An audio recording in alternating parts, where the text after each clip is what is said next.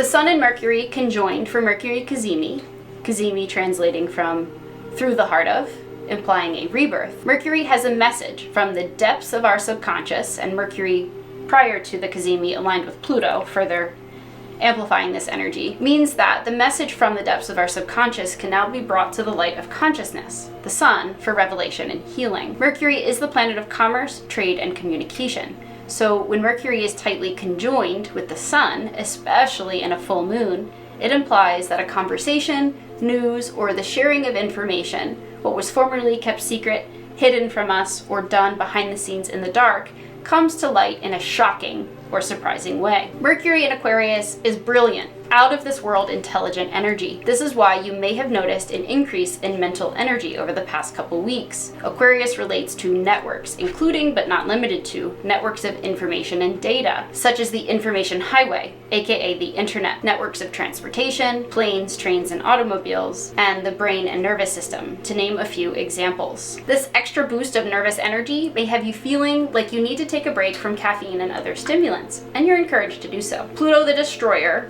and considered to be one of the great malefic planets, along with Mars and Saturn. Mars and Pluto deliver karma, while Saturn is karma, is responsible for delivering karma by breaking things down to their roots or to their essence, cutting the head off the snake. From its ashes, we can rebuild something far better than before, much like the phoenix rising from its ashes, reborn more resilient. Pluto is a purgative that seeks to transform and elevate us as we awaken and align with our higher calling, dharma, or soul path.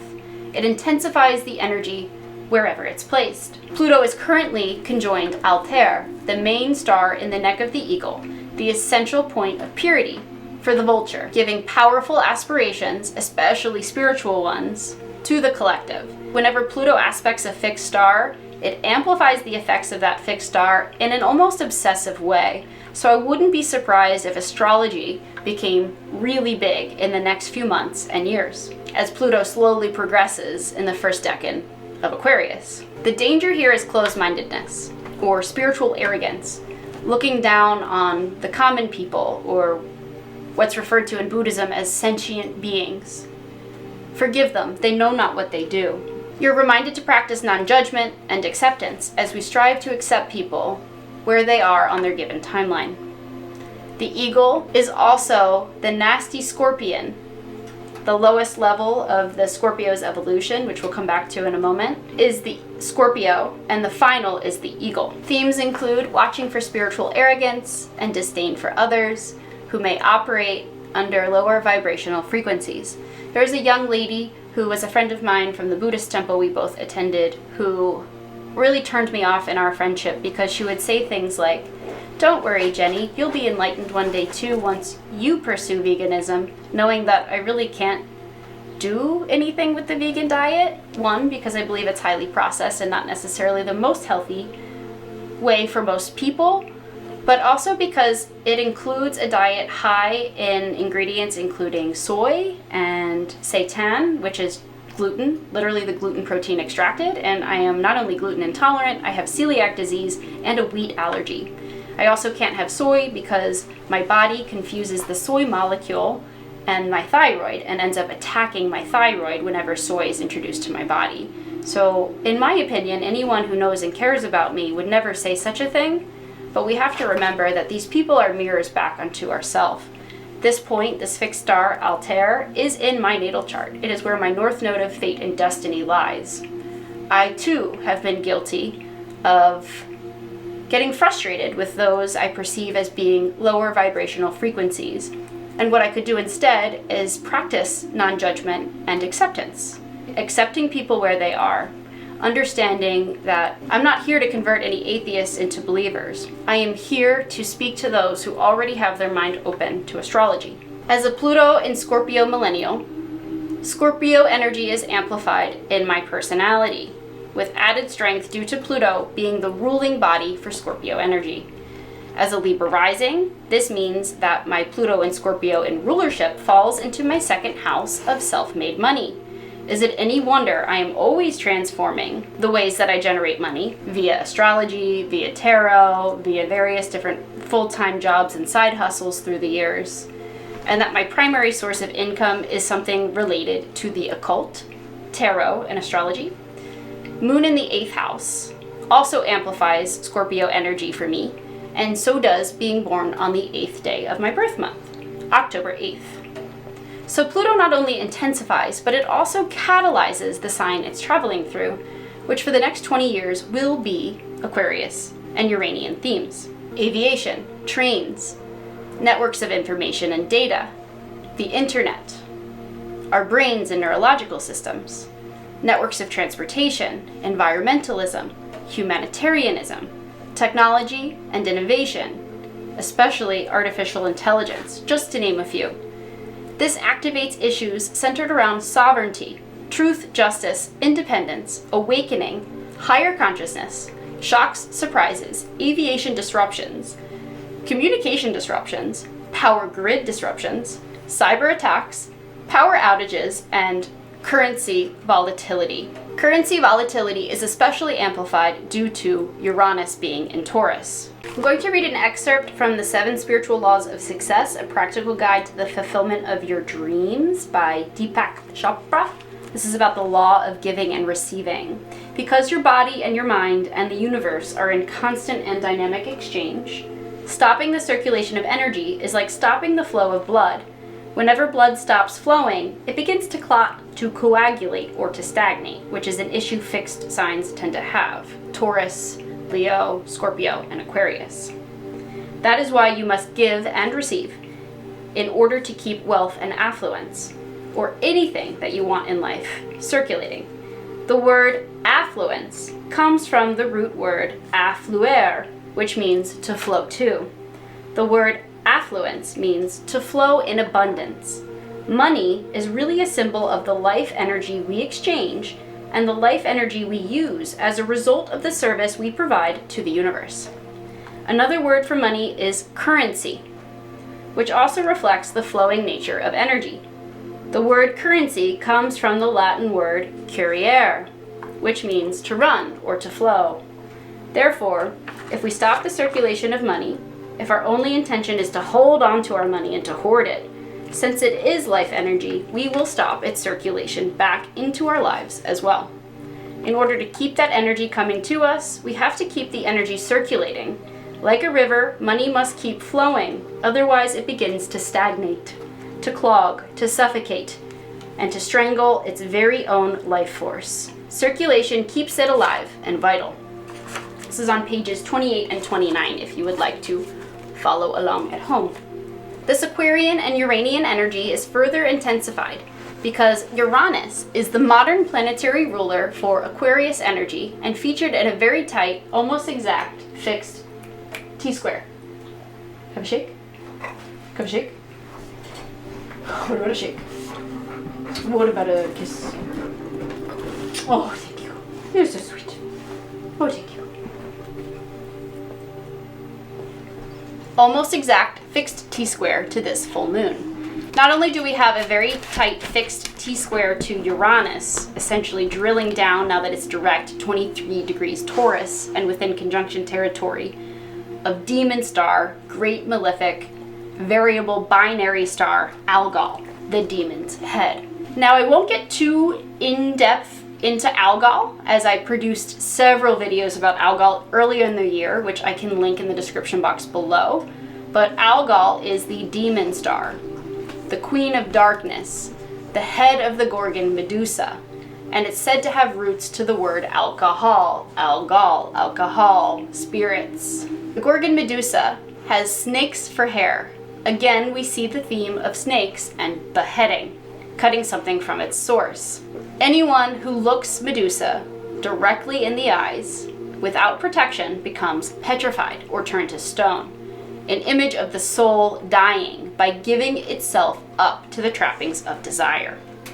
It is important to know that Medusa was not always a demonic monster, but was once a beautiful woman, symbolizing that this true nature of desire can be extremely attractive and tempting, like the snake tempting Adam and Eve in the Garden of Paradise.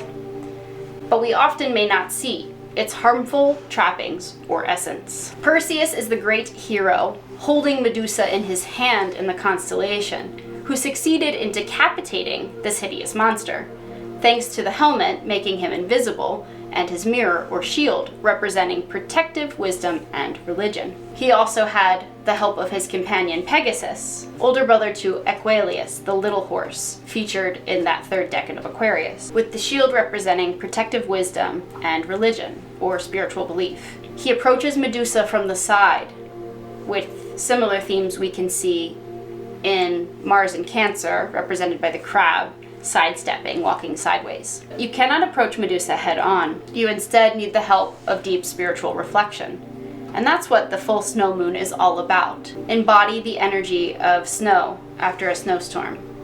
Quiet and peaceful. Perseus cuts off Medusa's head and uses it to petrify his enemies, showing what Algol can bring you once you liberate yourself from manipulation and from the trappings of ego. You can become free.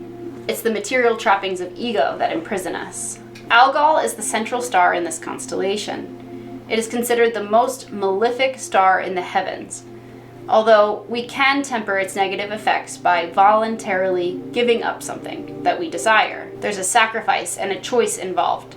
Will you cut off its head, or will it cut off your head? If you have the courage of a lion, the courage to take up the sword of Perseus, there's a lot to gain here, and an activated Algol, such as the case here with Uranus activating Algol by direct conjunction over the next few months. Cut off what you don't need or any excess. Even if it looks attractive, only keep its core essence. Also adding to the shock factor, the Sun and Moon form a fixed T-square pointing to Uranus, planet of sudden change and revelation, and modern planetary ruler for the Sun and Mercury aligned in Aquarius, within 1 degree, a very tight aspect that will be sure to feel. Now, Uranus is in Taurus, preparing for its final months in Taurus, one of its signs of debilitation, where Uranus is particularly uncomfortable. This brings chaos, disruption to the status quo, and volatility. This is compounded by the square, one of the most disruptive aspects that affects us internally, and further compounded by Uranus being in fixed earth sign Taurus. Uranus in Taurus is uncomfortable because as a fixed earth sign, Taurus is the sign that is the most resistant to change. Taurus prides itself on its comfort and stability, especially financial stability, while Uranus seeks to liberate us from the confines and shackles of our comfort zones. The two do not see eye to eye. Uranus in Taurus answers to ruling planet Venus, and Venus, ruling Taurus and Libra energies, is all about establishing peace, harmony, balance, stability, and security at home and within our relationships. Venus is about establishing our comfort zone, while Uranus seeks to liberate us from its confines. Because growth happens just outside of your comfort zone. And we're in a 9th year, a number associated with growth and healing. 2 + 0 + 2 + 5 = 9, a number associated with growth, personal development, and expansion. And it's the year of the wood snake. Snakes shed their skin, symbolic of the collective shedding of skin that will occur among the collective as people slowly awaken to higher consciousness and allow parts of the ego to die off and transform. Romantic relationships, especially long-term ones, with the influence of Juno, 28 degrees Scorpio, that I'll dig into a little bit later, are being impacted by these sudden changes and revelations. Venus is preparing for a retrograde, featuring a Mercury retrograde in March and April. The Sun in Aquarius is considered to be weakened, debilitated due to being opposite its home sign Leo, and it's directly square its depositor, Uranus, while the Moon in Leo opposes its depositor, fixed T-square. This is getting T-boned. Something comes out of nowhere, literally or figuratively, and T-bones us while we're focused and headed in a completely different direction. Some sort of big dramatic news disrupts the status quo, especially affecting Leo, Aquarius, Taurus, and Scorpio placements in the 3rd final decan, in the late degrees, especially 19 to 29 degrees of those fixed signs. The key to unlocking any T-square is to look at what's missing opposite the point of convergence, in this case Uranus and Taurus on Algol. What's missing is around 24 to 5 degrees of Scorpio. Remember to look at T-squares as this bow and arrow, with that energy converging on what's missing directly opposite. So if we were to pull that point of tension from that bow and arrow and to release the arrow, where would the arrow lead? It would be in this final decade of Scorpio. Let's explore the fixed stars there, beginning with the Scorpio constellation itself. The cosmic womanizer, Orion, is killed by the Scorpion, a nasty ball of lethal poison sent by the gods to get even with the stupidity and arrogance of this otherwise successful hunter but selfish, lustful man. It shows how the overestimation of material powers ends. The Scorpion finishes off Orion in an unpleasant, cruel, and vicious way. The best way to use its energy is to sting it to death, whether it's your external or your internal Orion. All of the stars located in Scorpio are associated with poison, sudden attacks, and malice. Orion has the choice to humble himself or be killed. Theme: something may be brought to an end in a nasty, vicious, or abrupt way. Sharp or sudden attacks. Poison, death. Stop overestimating your earthly powers and abilities. And humble thyself. I'm hearing Humble by Kendrick Lamar. Unukalhai, the serpent's heart, aka the snake's heart, there's that theme of snakes again, located 22 degrees Scorpio. It's in the neck of the serpent, where one would behead or cut off the head of the hydra or snake from its core essence, aka Alpha Serpent, from Unk al-Haya, neck of the snake. Arabic. Also called core serpent, the serpent is held in the hand of Ophiuchus, representing poison, drugs, secret crimes, misfortune, various forms of danger, including a death in the family that has a big or dramatic impact on one's life and leaves a mark. This marker can also indicate chronic diseases that are difficult to diagnose. The meaning is clear, as the snake's heart is the essence of duality and of seductive earthly desire. And the image of the snake is also associated with the continuous shedding of one's skin, a theme for 2025, the year of the wood snake. There is a need to not get stuck in one's earthly form, and a need for continuous transformation, staying ahead of the trappings of petrifying desire. A snake, as the pure life energy of duality, has to continually shed its skin in order to not lose its flexibility. Otherwise, it would become stagnant or stuck in matter without a chance to evolve. The effects of the star are not positive, as they include poison, violence, and accidents or attacks. Themes include avoiding the temptation of the seductive snake of desire that can lead to immoral behavior, and continually shedding one's layer of skin. We're encouraged to embody the energy of the snake and adapt to change as we take on fresh new forms and perspectives, again and again, avoiding stagnation and complacency. The closest planetary body at this time would be asteroid Juno, asteroid of long-term commitment, currently located 28 degrees of Scorpio, and featured in a harmonious trine to the parade of planets conjoined in the late degrees of Pisces, Saturn, North Node of Fate and Destiny, and Neptune. Ophiuchus, the snake bearer.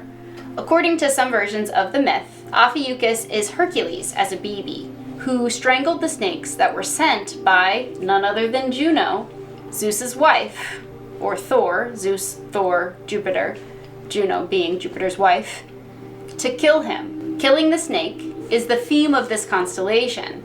If you want to hold or bear the snake, you have to employ strategy and perfect timing, or it will bite you. The symbolism of the snake shedding its skin can indicate going through a process of disease in order to attain healing. Theme: destroy evil, the snake at its root, as soon as it presents itself, before it's too late. Interpretation: Juno in Scorpio longs for deep soul connection, and the influence of Pisces implies a deep merging of souls into greater oneness. As above, so below. This is happening across the collective and affecting individual long-term commitments. Thank you for watching. If you're still with me, you're a real one. Drop your current most used emoji in the comments. If you took anything away from this video, we ask that you like, comment, share the content, and subscribe. If you enjoyed this video, we know that you'll enjoy the full playlist and this additional video. Thank you so much. Love you, and see you soon.